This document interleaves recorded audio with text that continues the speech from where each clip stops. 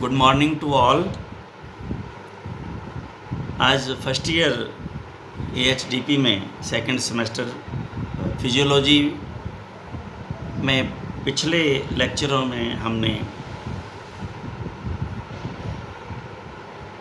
Glomerular filtration जो है हमने पढ़ा था कि इसमें फिल्ट्रेशन रेट जो है फिल्ट्रेशन प्रेशर पढ़ा था हमने कि फिल्ट्रेशन प्रेशर जो है वो कैसे कैलकुलेट करते हैं। तो ग्लोमेरुलर हाइड्रोस्टैटिक प्रेशर जो मैंने आपको बताया था जो ग्लोमेरुल्स में बनता है, ग्लोमेरुलर कोलाइडल ऑस्मोटिक प्रेशर जो प्लाज्मा का है और वो उसमें से जो लिक्विड जब निकल जाता है तो कुछ सॉलिड रह जाता है, तो उसको भी ग्लोमेरुलर प्रेशर जब फिल्ट्रेशन करना होता है तो उसको भी पार करना पड़ता है। तो ये अंगेस्ट हैं उस फोर्स के। ग्लोमेरुलर हाइड्रोस्टैटिक प्रेशर जो है उसके अंगेस्ट एक चलता है और दूसरा चलता है हाइड्रोस्टैटिक कैप्सुलर प्रेशर। जो छना हुआ द्रव्य है नीचे वो जब भर जाते हैं स्पेस में तो उससे भी ये प्रेशर उल्टा पड़ता है। तो दो प्रेशर है, इनको माइनस कर देंगे अगर इस एक प्रेशर में से, तो ये फिल्ट्रेशन प्रेशर हमारे पास आ गया था, हमने कैलकुलेट किया था। तो ग्लोमेरुलर फिल्ट्रेशन रेट भी हमने पढ़ लिया था कि ये क्या होता है। तो आज जो हमने डिस्कस करना है वो है ट्यूबुलर रीअब्जॉर्प्शन। ट्यूबुलर रीअब्जॉर्प्शन यानी कि नेफ्रॉन की जो ट्यूब्यूल्स हैं, कौन कौन से जो अभी हमने कल पढ़े थे, प्रॉक्सिमल और डिस्टल और हैनले लूप, ये जो है ना, इनके अंदर किस किस तरह से इसका एब्जॉर्प्शन दोबारा होता है। जो मटेरियल जो चीज़ जो आइटम काम में आने वाला छण के चला गया तो उसको दोबारा बॉडी के लिए काम में लेने के लिए रीअब्जॉर्ब करना है। तो ये कहाँ होता है, कैसे कैसे होता है, ये हमें इसमें डिस्कस करना है। तो इसको ध्यान से आप सुनना। साधारणतया ग्लोमेरुलर फिल्ट्रेट में आया 90% पानी सोडियम, ग्लूकोज, अमीनो अम्ल आदि पूर्ण रूप से नलिकाओं में पुनः अवशोषित हो जाते हैं तथा पेशाब में नए के बराबर जो है वो निकलते हैं। जो फिल्ट्रेट आया फिल्ट्रेशन के थ्रू नीचे आ गया ना जो, तो उसके अंदर जो है ये सब कुछ आ गया। 90% पानी, सोडियम, ग्लूकोज, अमीनो अम्ल आदि पूर्ण रूप से नलिकाओं में पुनः अवशोषित अब आए हैं। तो ये इन नलिकाओं के द्वारा पूर्ण वापस अवशोषित कर लिए जाएंगे क्योंकि इनकी बॉडी को ज़रूरत है। लेकिन अनावश्यक व अपशिष्ट जैसे यूरिया, यूरिक अम्ल व क्रिएटिनिन एक्सक्रीट कर दिए जाते हैं, निकाल दिए जाते हैं। तो अब ये किसका अवशोषण कितना होता है ये आप इसमें देखो। पानी जो है वो 90% अवशोषित होता है by osmotic diffusion. Osmotic diffusion मैंने आपको समझा रखा है। पानी की कटोरी लो, उसमें जो है वो कुछ देर के लिए किशमिश डाल दो। अब वो किशमिश है कैसी होती है, सिकुड़ी हुई। अब आप 2 घंटे बाद या 4 घंटे बाद उसको देखो तो फूली हुई, तो वो पानी उसके जो अंदर गया वो ऑस्मोटिक प्रेशर से गया। तो ये ऑस्मोसिस, ये ऑस्मोटिक डिफ्यूजन कहलाया, अपने आप हो गया ना। प्रॉक्सिमल ट्यूब्यूल्स जो है उसमें 65%, प्रॉक्सिमल में, प्रॉक्सिमल डिस्टल जो है ना ट्यूब्यूल्स, कन्वोल्यूटेड ट्यूब्यूल्स 65%, लूप और हैनले में 15%, प्रॉक्सिमल और अब आया डिस्टल कन्वोल्यूटेड ट्यूब्यूल, इसमें 10%। और जो कलेक्टिंग ट्यूब्यूल्स हैं, डक्ट्स हैं, ट्यूब्यूल नहीं डक्ट हैं, वो जो कलेक्टिंग, जो इस मटेरियल को पेशाब के रूप में लास्ट में कलेक्ट करके लेके जाती हैं एक प्रत्येक नेफ्रॉन से, उनमें जो 9.3% और यूरिन 0.7%। नलिकाओं के निम्न अंग निम्न पदार्थों का पुनः अवशोषण करते हैं। अब ये कौन कौन सा जो है वो इस नलिका का अंग कितना क्या एब्जॉर्ब करता है, ये अलग अलग वर्णन जो है वो दिया गया। ये बहुत अच्छा है। प्रॉक्सिमेट कन्वोल्यूटेड ट्यूब्यूल जो PCT 80% तक पानी यहाँ ग्लूकोज, अमीनो अम्ल, विटामिन और सोडियम आदि जो एब्जॉर्ब कर लिए जाते हैं। डिसेंडिंग जो है वो लिम्ब का ऑफ लूप ऑफ हैनले। अब देखिए हैनले के लूप में भी डिसेंडिंग और असेंडिंग हैं, देखना ध्यान से। लूप कैसे बना, यू टैब में। तो जो बोमन कैप्सूल के नज़दीक है वो है डिसेंडिंग ले जाने वाला, जो वापस ला रहा है वुमेन्स कर्व्स को वापस वो है हमारे पास असेंडिंग, वापस लाने वाला। तो इस तरह से जो आया ये डिसेंडिंग और ये असेंडिंग है, लाने वाला वापस। तो इसके अंदर भी पानी का पूर्ण रूप से पुनः अवशोषण हो जाता है, परंतु सोडियम व क्लोराइड व यूरिया का यहाँ अवशोषण नहीं होता, रीअब्जॉर्प्शन नहीं होता यहाँ पे। किसका? सोडियम का, क्लोराइड का और यूरिया का। तो असेंडिंग जो थिन लूप ऑफ हेनले, अब वापस आ रहा है ना जो असेंडिंग, वो डिसेंडिंग था। इसमें क्या होगा? पुनः पानी का अवशोषण हो जाएगा, पानी पुनः अवशोषण नहीं, लेकिन यहाँ सोडियम, क्लोराइड व यूरिया का यहाँ पुनः रीअब्जॉर्प्शन हो जाता है, पानी का नहीं होता। अब ascending thick limb of Henle, एक तो थिन था एक थिक है, इसमें सोडियम व क्लोराइड का पुनः अवशोषण, पानी व यूरिया का कम पुनः अवशोषण होता है। अब है डिस्टल ट्यूब्यूल, इसमें उपरोक्त अनुसार ही है ये जो अभी पढ़ा है। और जो कलेक्टिंग ट्यूब है उसमें दो तरह, एक तो है एडीएच हार्मोन की उपस्थिति में पानी व यूरिया का पुनः अवशोषण। एडीएच क्या था मैंने पढ़ाया पीछे, वासोप्रेस इनको एडीएच कहते हैं, anti diuretic hormone. Anti diuretic hormone जब देंगे, डायूरेटिक क्या है? पेशाब को बढ़ाता है, एंटी डायूरेटिक पेशाब को कम करता है। पेशाब को कम कैसे करेगा? अगर उसमें से पानी को वापस रीअब्जॉर्ब कर लेगा तो पेशाब कम बनेगा। तो ये एडीएच जो है वासोप्रेसिन है, ये हार्मोन है, यहाँ काम करता है इसे। और एल्डोस्टेरोन, ये भी मैंने आपको पीछे पढ़ाया है, इसकी उपस्थिति में सोडियम जो आयन का पुनः अवशोषण जो है वो होता है। एल्डोस्टेरोन क्या बताया था मैंने? मिनरलोकोर्टिकोइड हार्मोन है ये मैंने आपको पीछे पूरा इसकी डिटेल के बारे में पढ़ा दिया है। तो ये यहाँ पे रीअब्जॉर्प्शंस होते हैं, ये सारे के सारे डिटेल यहाँ दी हुई है। अब आज हम पढ़ेंगे function of the urinary bladder. Urinary bladder जो है वो कैसे फंक्शन करता है, कैसे पेशाब बाहर आता है, ये समझ लीजिए। कैसे हम कंट्रोल करते हैं और कैसे वो बाहर आता है, किस किस नर्व्स को, ब्रेन जो है किस किस को क्या कहता है, तो ये आप हम जो है वो इसके बारे में पूरी जानकारी लेंगे। Function of the urinary bladder, इसका मुख्य कार्य जितना भी मूत्र अथवा मूत्र के साथ अपशिष्ट पदार्थ आते हैं उन्हें संग्रहित करना तथा आवश्यकता अनुसार बाहर निकालना। ज्यों ज्यों मूत्राशय में मूत्र की मात्रा बढ़ती है, मूत्राशय का आकार भी बढ़ता जाता है, क्योंकि ये आपको पता है इलास्टिक होता है, इलास्टिसिटी बहुत होती है इसमें, बढ़ता रहता है। मूत्राशय की गर्दन पर दो स्फिंक्टर, गर्दन पर दो स्फिंक्टर होते हैं, स्फिंक्टर मसल्स जो इसको टाइट करते हैं या लूज करते हैं, स्फिंक्टर मसल्स, ये स्फिंक्टर मसल कहलाते हैं, गोल होते हैं। एनल स्फिंक्टर मसल हैं जो एनस को करते हैं और ये इसको करते हैं।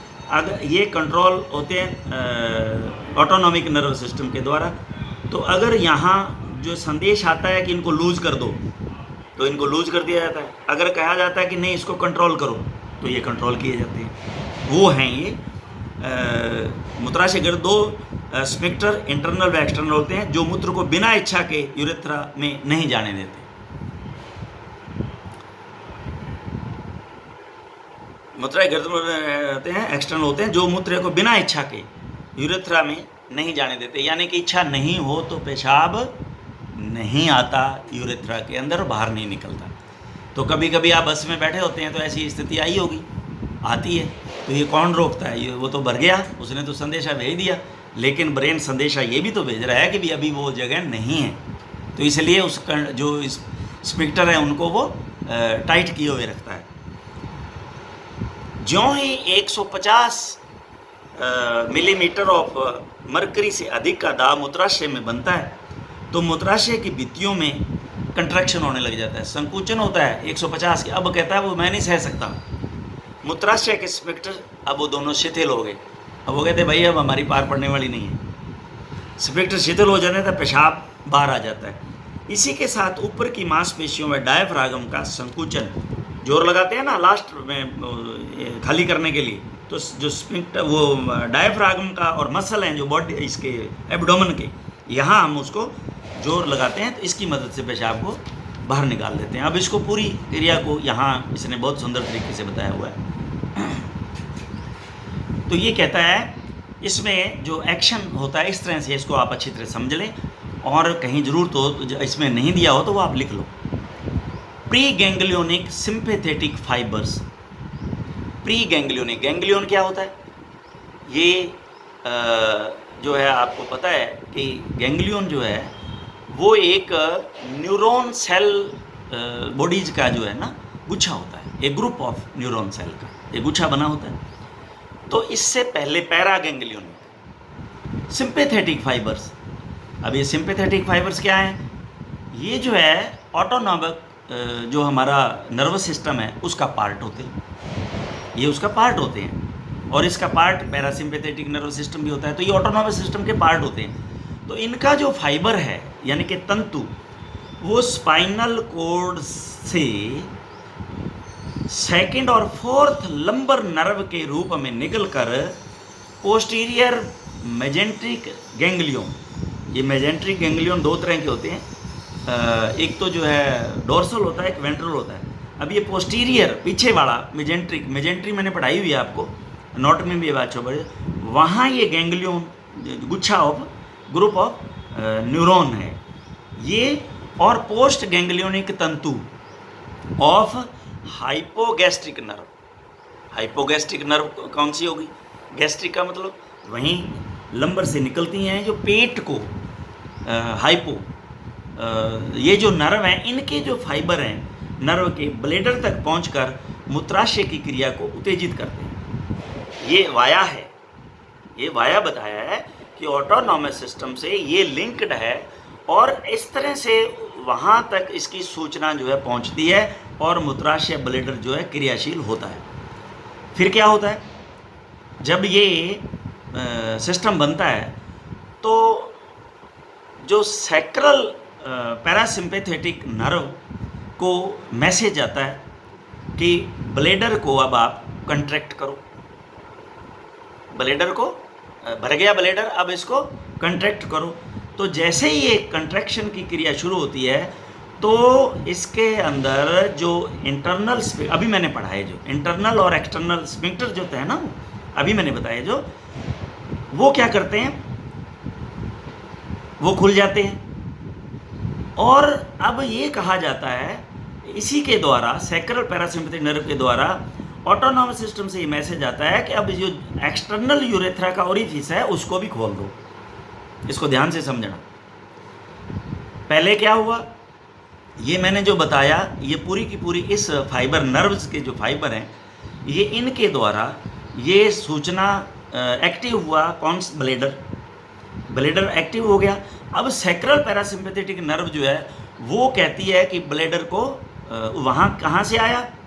ब्रेन से सूचना आई, ऑटोनॉमिक नर्व सिस्टम से। उसने क्या कहा कि ब्लेडर को कंट्रैक्ट करो।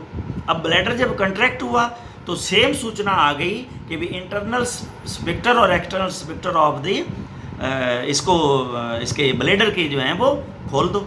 अब जैसे वो खुलेंगे तो यूरेथ्रा के अंदर पेशाब चला जाएगा। अब यूरेथ्रा में पेशाब गया तो यूरेथ्रा का ओरिफिस भी तो है, वो अभी तक नहीं खुला तो पेशाब नहीं बाहर जाएगा। अब वहाँ सूचना आई इसी के द्वारा कि यूरेथ्रा के एक्सटर्नल ओरिफिस को भी, स्फिंक्टर्स को भी खोल दो। अब वो स्फिंक्टर जब ढीले होते हैं तब ये पूरा का पूरा पेशाब जो है बाहर जाता है। तो ये आपकी जो पूरी प्रक्रिया है इसको आप अच्छी तरह से समझना, क्योंकि ये ब्लैडर की function of the urinary bladder with micturition, पेशाब का करना, ये पूछा जा सकता है 2.5 नंबर का या 5 नंबर में। तो इसको आप ध्यान से पढ़ना। अब है उत्सर्जन तंत्र जो है, एक्सक्रीटरी जो सिस्टम है उससे संबंधित हार्मोन, और इसमें आता है, और दूसरा है इसमें हम पढ़ेंगे मूत्र का संगठन, कंपोजिशन ऑफ द यूरिन, क्या क्या होता है यूरिन में। तो सामान्यतः पेशाब का हल्का पीला रंग होता है। ये क्यों होता है? हल्का पीला रंग होता है, लेकिन होता क्यों है? ये जो है होता है ड्यू टू यूरोबिलिन। यूरोबिलिन होता है पिगमेंट इसमें, यूरोबिलिन, नोट कर लें, यहाँ नहीं दिया हुआ यूरोबिलिन, या इसको कहते हैं यूरोक्रोम, यूरोक्रोम या यूरोबिलिन के कारण। इस किताब में नहीं दिया हुआ जो मैं पढ़ा रहा हूँ आपको, कहीं नहीं दिया हुआ। यहाँ सिंपैथेटिक पैरा, ये कौन क्या होता है नर्व सिस्टम, और ये ऑटोनॉमिक सिस्टम क्या होता है, पैरासिम्पैथेटिक क्या होता है, यहाँ नहीं है। गैंग्लियन क्या है, यहाँ नहीं है। ये मैं जो आपको बता रहा हूँ इसको नोट करना, बाद में सुन करके और इसका लाभ उठाना। ये भी इसमें नहीं दिया हुआ कि येलो कलर क्यों होता है। ये येलो कलर यूरिबिलिन नामक पिगमेंट के कारण होता है, या यूरोक्रोम भी इसको कहते हैं, तो आप इसको नोट करें।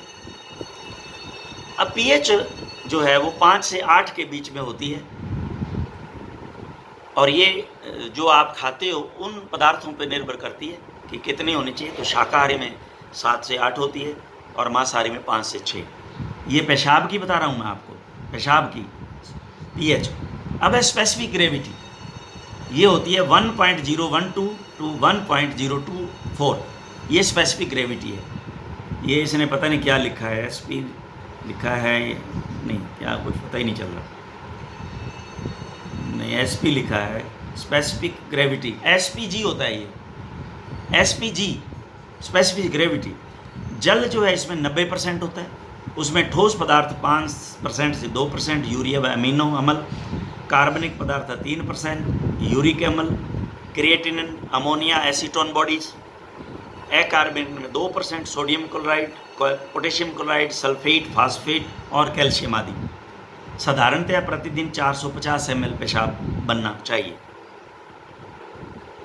अब है उत्सर्जन, एक्सक्रीजन अथवा गुर्दे की कार्यकी के संबंध में हार्मोन्स। ये भी it is very very important. जहाँ मैं इंपॉर्टेंट बोलता हूँ वहाँ आप उनको इम्पोर्टेंट लगा लिया करें।